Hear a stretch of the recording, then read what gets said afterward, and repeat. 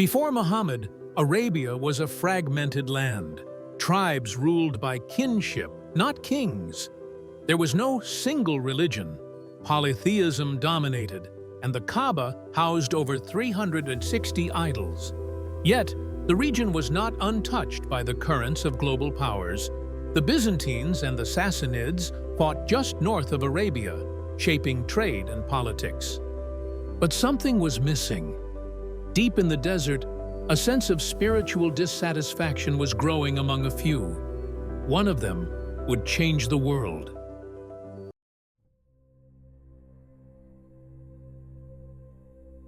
Born in 570 CE to the powerful Quraysh tribe, Muhammad's life began with hardship. He was orphaned by age 6.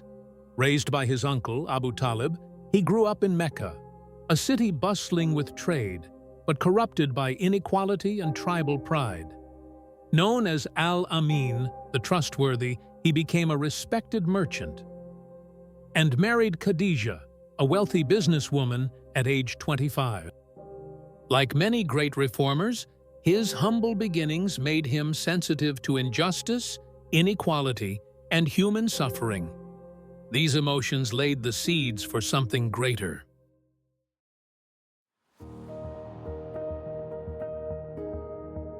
At 40, during one of his retreats to the cave of Hira, Muhammad experienced a moment that would shake him to his core. The angel Jibril appeared, commanding him to read, though Muhammad was illiterate. This marked the beginning of the Quran, revealed piecemeal over 23 years. The seeds of every revolution are watered with struggle. For Muhammad, the next chapter meant risking everything.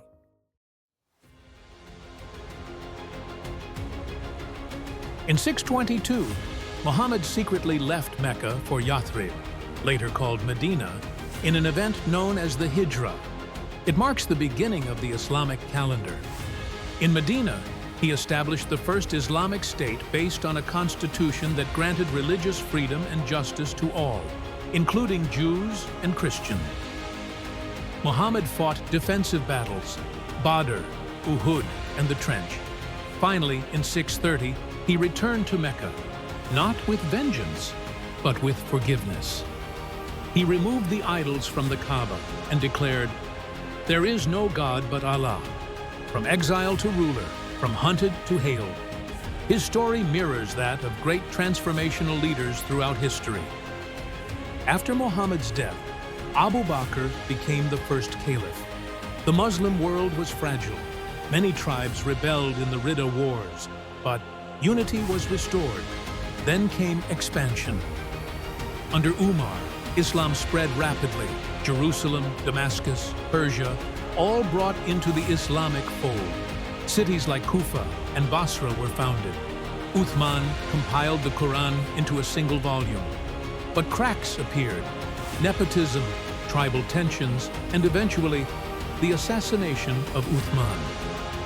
Ali, Muhammad's cousin, became caliph, but civil war erupted. This led to the tragic Battle of Karbala, where Hussein, the Prophet's grandson, was martyred. A permanent Sunni-Shia divide was born. This was no fairy tale empire. It had heroes, villains, saints, and sinners. It had heartbreaks that echo to this day. Muawiyah established the Umayyad dynasty with Damascus as its capital. It was an era of conquests: Spain in the west, India in the east. Arabic became the empire's official language. Gold dinars were minted. Infrastructure, postal systems, and administration flourished. But it was not without excess. Arab supremacy angered non-Arabs. Spirituality gave way to politics.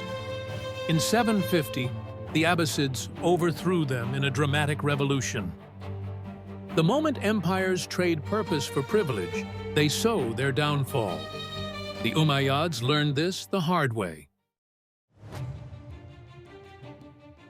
The Abbasids moved the capital to Baghdad, a marvel of urban planning, Under caliphs like Harun al-Rashid, the Islamic world became a beacon of science, philosophy, and literature. At the House of Wisdom, scholars translated Greek, Persian, and Indian works. Algebra, optics, medicine, and Muslims preserved and expanded global knowledge. Trade thrived, connecting China to Europe via the Silk Road.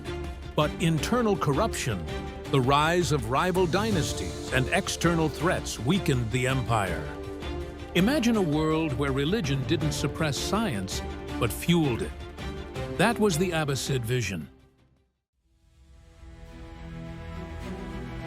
In 1258, the unthinkable happened. Hulagu Khan's Mongol army sacked Baghdad. Libraries were burned, scholars slain, the caliph trampled to death. The Tigris reportedly ran black with ink and red with blood. But Islam survived. Even the Mongols converted within decades. The legacy of knowledge couldn't be erased. What can survive a storm of fire and steel? Only an idea whose time has come. In Anatolia, a new power rose, the Ottomans. They captured Constantinople in 1453, renaming it Istanbul. The Ottomans ruled for over 600 years, protecting Islamic holy sites and introducing legal, architectural, and social reforms. They rivaled European empires, but eventually fell behind in innovation and modernization. Post-World War I, the empire collapsed. In 1924, the Caliphate was officially abolished by Mustafa Kemal Atatürk in Turkey. An empire may die, but a civilization evolves. Today, Islam is practiced by over 2 billion people across continents, from the skyscrapers of Dubai to the mosques of Indonesia, from African scholars to Western converts. It is diverse, dynamic, and deeply misunderstood. Modern challenges, colonialism, political Islam, radicalization, have tested its image.